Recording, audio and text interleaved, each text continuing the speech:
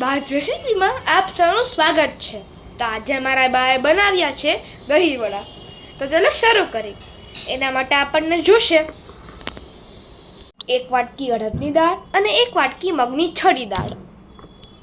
બંને દાળને મિક્સ કરી 3 થી 4 વખત પાણીમાં સાફ કરીને 4 થી 5 કલાક પલાળી લેવાની. પલાળેલી દાળમાંથી જ પાણી ઉતારીને દાળ મિક્સરમાં ગ્રાઇન્ડ કરી લેવાની છે. પાણી એડ કર્યા વગર જ ગ્રાઇન્ડ કરવાનું છે, જેનાથી કન્સિસ્ટન્સી આવી કઠણ રહે. પછી તે મિક્સરને 2 થી 3 કલાક ઢાંકીને રહેવા દેવાનું છે. અને હા, અગર તમને અમારા વિડીયોઝ પસંદ આવતા હોય તો અમારી ચેનલને લાઈક, શેર અને સબસ્ક્રાઈબ જરૂર કરી દેજો. હવે 2 થી 3 કલાક પછી મીઠું, આદુ મરચાંની પેસ્ટ અને મરી ઉમેરી દેવાના અને બધું મિક્સ કરી લેવાનું અને વડા તળી લેવાના. થોડા ઠંડા થાય એટલે પાણીમાં રાખી દેવાના.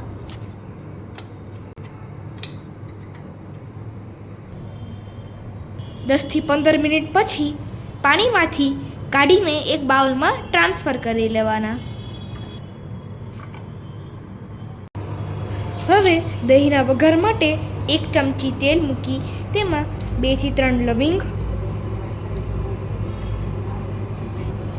જીરું,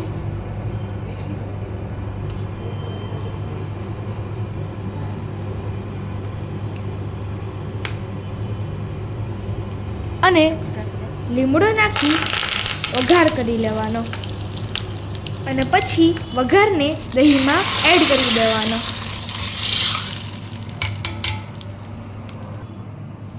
પછી તેમાં સ્વાદ અનુસાર મીઠું, પછી તેમાં 1 ચમચી જેટલી ખાંડ,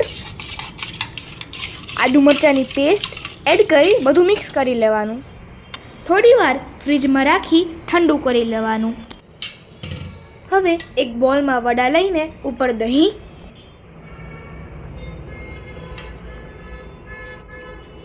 લાલ મરચું પાવડર,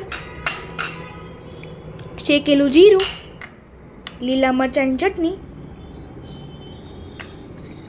ખજૂર ઇમલીની ચટણી,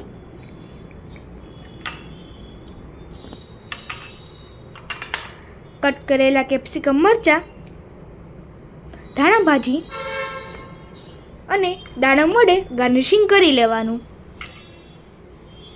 તો તૈયાર છે આપણી ટેસ્ટી દહીં વડાની પ્લેટ.